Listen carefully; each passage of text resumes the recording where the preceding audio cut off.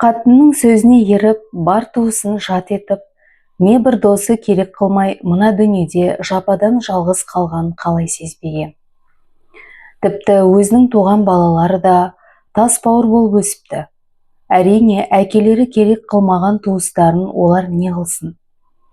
Туыстары тұрмақ, сол балаларда әке-шешесіне дегенде жылулығы жоқ, сірә. Қалайша бұлай болды? Неше жыл бойы бірде-бір туысына хабарласып араласпапты дейді ғой.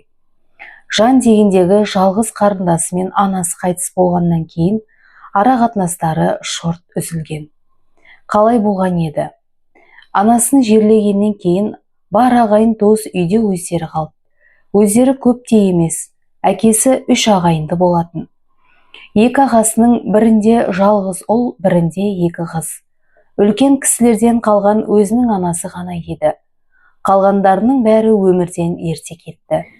Иә, содан барлығы анасының жақсылықтарын, әдеттерін естеріне түсіріп, одан кейін 40 жылын қалай өткізгендерін ақылдасып, шай ішіп отырған. Әйелі басым ауырып кетті деп жатып қалды. Ол үнемі сөйтіп жүретін. Аяқ астынан басы ауырып, қан қысымы көтеріліп кетеді. Содан бір кезде әйелі бөлмеге түтігіп кіріп келді. Енемнің алтындары қайда? Кім алды? Кім алды деймін мен сендерге? Мамам оларды маған берген, деді қарындасы Жәмила. Не? Соқ өтірікті. Сен шешеңнің өлгенін пайдаланып, ұрлап алдың оларды. Рахила апай, не айтып тұрсыз сіз? Ұрлаған нес? Мамам маған алтындарын өткенде келген сенің балаларың көзінше берген. Балаларды араластырма бұл былығыңа. Өткенде келгенде ұрлап кеткен екенсің ғой. Арсыз, бетсіз неме. Менің мамам ұрлықшы емес. Әжем өзі берген алтындарды мамама, деп оның кішкене ұлы анасын қорғаштап әңгімеге араласты. Ой, көргенсіз, тәрбиесіз неме. Шешесі ұры, өтірікші болса, баласы қайда барады? Қара мұны, беті былш етпестен шешесінің үйретіп қойғанын қайталап тұрған дейді. Деп әйелі өршеленіп кетті. Онысымен қоймай қарындасының 5 жасар ұлын шапалақпен жағынан тартып жіберді. Бала шыр ете қалды. Баласын қорғаштаған қарындасы жеңгесіне тұра ұмтылды. Рахиланың да күтіп тұрғаны сол екен. Ол да тура бір жыртқыш құсап қарсы атылды. Екеуі де бірін-бірінің шашын жармасып алысып кетті. Екеуінің шыңғырған даусынан денең тітіріктенеді. Қойыңдар, бұл не сұмдық, деп аға әпкелер екеуін әрең ажыратып алды. Сендер қой деп маған емес, ана оңбаған қарындастарың айтыңдар. Мына жақта жұрт деген шешесі өліп, қайғырып жатса, ол қарабасын қамын ойлап шешесінің пайдаға жаратуға болатын заттарын жымқырып үлгеріпті. Мен мұның шешесін бағып қағады екенмін, ол келіп бәрін иемденіп кетеді екен. Қарай көр өзін. Сен бе менің шешемді баққан? Не айтып тұрсың өзің? Менің анашым ешкімге салмағын салған емес. Өз кірін өзі жуып алатын. Сен бір рет кірін жуып көрдің бе? Тіпті тамақты да негізінен анам жасайтын еді ғой. Біздің үйдің дастарханы ешқашан жиылмайтын. Үйден қонақ арылмайтын. Сен осы үйге келін болып түскенге дейін. Менің анам сонда да сені ешкімге жаман демей, дымы ішінде болып, өкпесін өзімен бірге алып кетті. Не айтқың келіп тұр? Не деп жамандау керек еді мені шешең? Ешкімге ештеңе айта алмайды. Дымы ішінде болғаны өз қызы мендей ет тәрбиелей алмағанына өкінгендіктен. Үйлеріңе ешкім басын сұқпай қойғанда сен үшін, мен үшін емес. Сүйікті қызының бір емес 2 байдан шыққан бетіне салып қылатын болған соң, шешең өзі ешкіммен араласпай қойған. Жеңгесімен сөз таластырып, оны жеңе алмайтын түсінген Жәмила ұлын көтеріп алды да үйден жылап шығып кетті. Қазыбек кімді жақтарын, не айтарын білмей, үйдің ортасында қалшиып тұрды да қалды. Ал Рахила қояр емес. Әйелінің мұндай долы көкбет екенін бұрын байқамапты. Оны сабыр сақтауға шақырған аға әпкелері де оңбай қалды. Маған сендер ақыл үйретпеңдер. Артық ақылдарың болса, ана ақылсыз қарындастарың айтыңдар. Өздерінше тектіліктерін алға тартып, кеуделерін көтереді ғой. Тектерің кімге керек сендердің? өңшең қайыршылар. Жетер енді, қане доғар келін. Не сұмдық мынау, Қазыбек бір ауыз айтпайсың ба? Аузыңа құм құйылған ба? Деп ағасы Қасымхан араласқан еді. Қазыбегімде шаруаларың болмасын. Өз күйеуімді өзіме қарсы қоймақсыңдар ма? Басқа білмесе де Қазыбек жақсы біледі менің осы үйдің отымен кіріп күлімен шығып жүргенімді, деп Рахила тағы шақ ете қалды. Қазыбек, жаным, егер сені ренжітіп алсам кешір, бірақ мен үндемей қала алмадым. Қазыбек бірдеңе айтпақшы болған еді, әйелінің бұл сөзінен кейін райынан бірден қайтты. Өйткені Рахиланы қатты жақсы көреді, ауыр ештеңе айта алмайды. Тіпті оныкі дұрыс болмаса да ұрсыса алмайды. Ренжіткісі келмейді, жылатқысы келмейді. Өзі өлерде ғашық болып 2 жыл бойына қыр соңынан қалмай жүріп үйленген болатын. Мұны жақсы білетін Рахила күйеуінің осы әлсіздігін үнемі өз пайдасына жаратады. Шегінетін жер қалмағанда бірден жылап жібереді. Бұл жолы де солқылдап жылап Қазыбектің мойнына асыла кетті. Болды, жарайды, жылама. Қасымхан, не болды бәріңе? Рахиланың не жазығы бар? Қарындасының да мінезі жақсы білесіңдер. Жеңгесімен өздері түсінсе жатар. Түйме дейді, түйедей қылмай қояйық. Өй, ынжық болсаң ғой нағыз, деп ағасы қолын бірақ сілтеп үйден шығып кетті. Қазыбек, саған біздің сөзіміз өтпейді, әрине. Сен біз тұрмақ анаңның сөзіне де құлақ аспағансың. Жаман әйел жақсы еркектің төрдегі басын есікке сүйрейді деуші еді. Не бір туысыңа, не бір досыңа қадірің қалмады ғой, бауырым. Әйеліңнің бықсығы осы күнге дейін сыртқа шықпағаны анаңның арқасы еді, деп Дәния әпкесі біраз нәрсе айтуға оқталған еді. Жетеді әпке, тоқтаңыз. Неге бәріңіз менің әйеліме шүйілге бересіздер? Анам ешқашан Рахилаға ренжіген емес. Екеуі тату болатын, деп Қазыбек оны тыйып тастады. Әпкелері де қолдарын бір-бір сілтеп кетіп қалды. Содан кейін не олар бұл үйге аяқтарын баспады, не өзі оларға бармады. Ашу дұшпан. Шабыстырғанды біледі. Бірге туған ағайынды да бір-біріне жау ете алады. Осылайша ашудың жетегіне еріп, аралары суып кетті.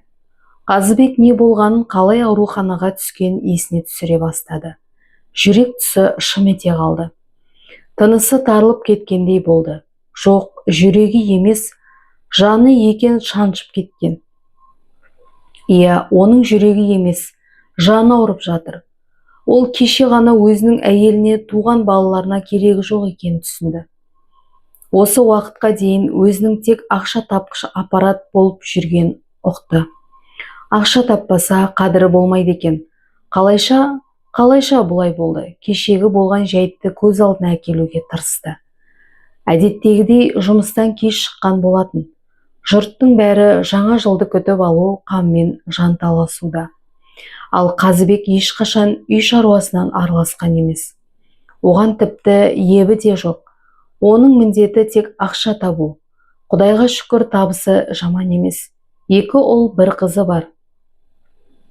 Бәрі өз алдына отау болып, бір-бір үйдің түтін түтетіп, балалы шағалы болып отыр. Бәрінің жағдайы жақсы.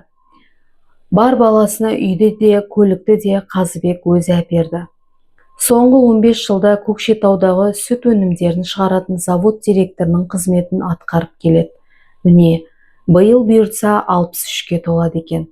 Алла жазса зейнеткерлік демалысқа шығады.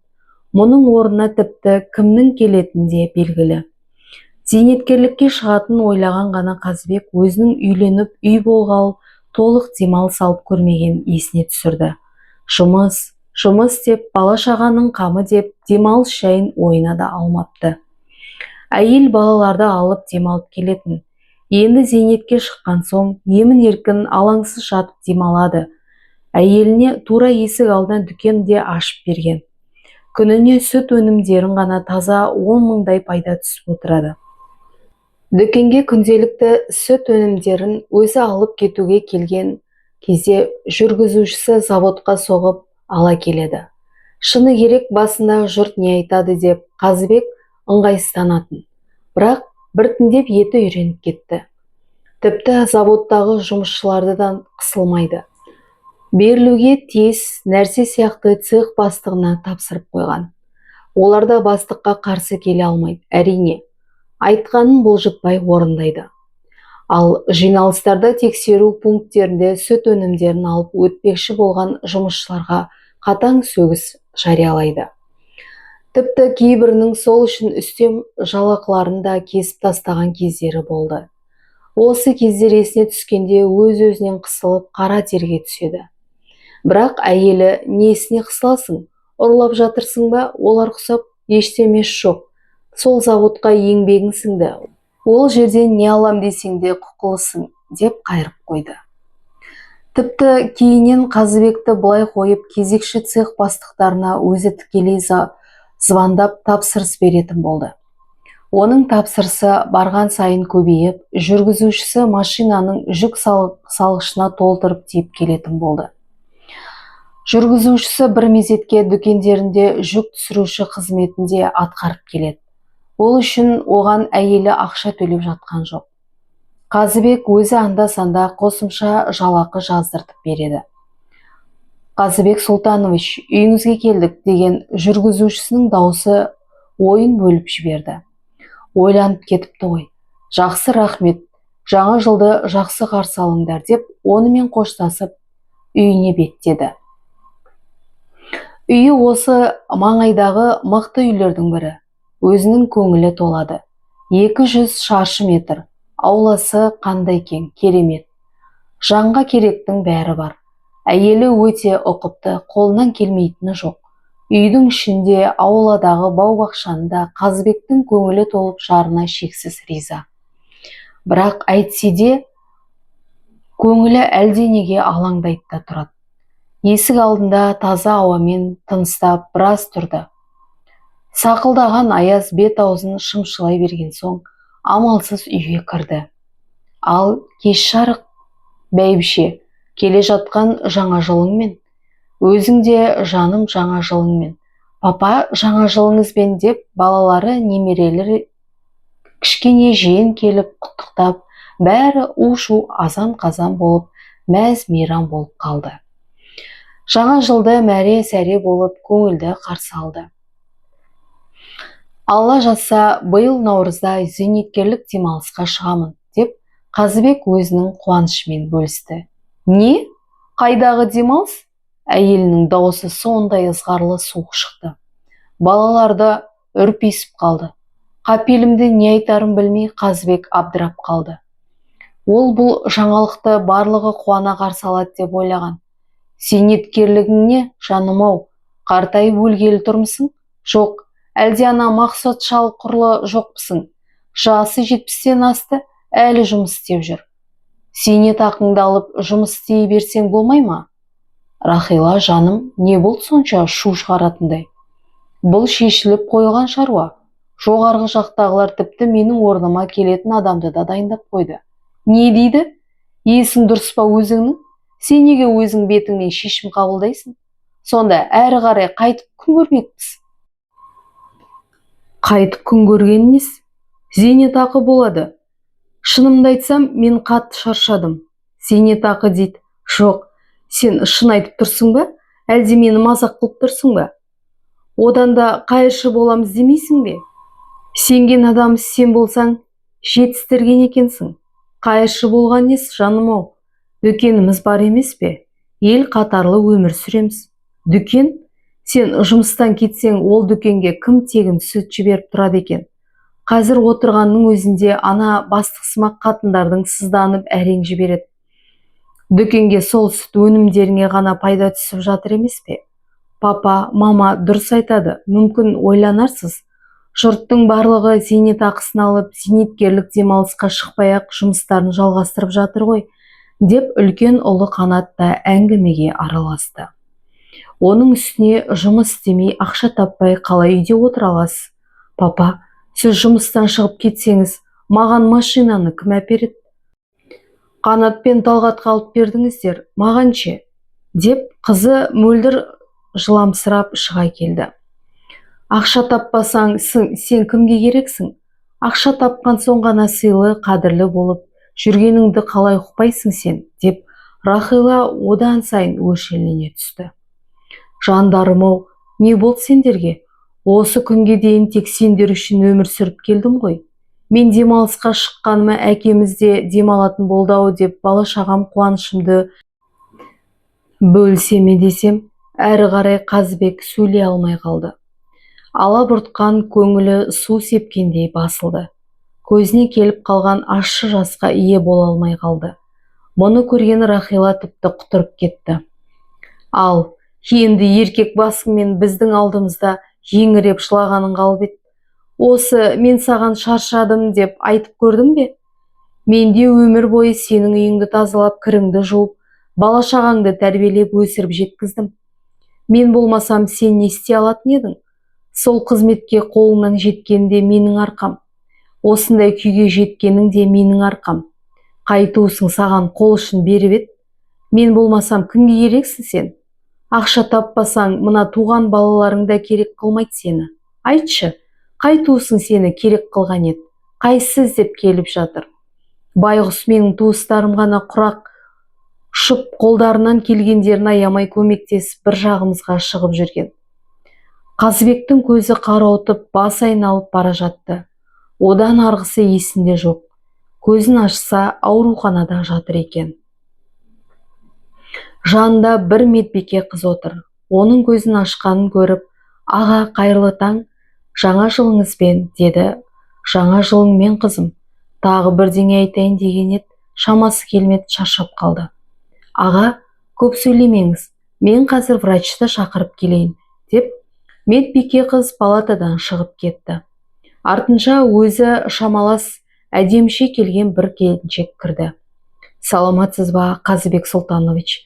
Менің аты жөнім Майра Қалаубек қызы. Сіздің емдеуші дәрігеріңіз боламын. Әйеліңіздің айтуынша бұрын мүлдем ауырмаған екенсіз. Үйленгелі бірнеше рет ауырғандай дейді ғой, бірақ мен олай демес едім. Сіз бұрын ауырсаңыз да көңіл бөлмегенсіз. Қан қысымыңыз бұрыннан болған.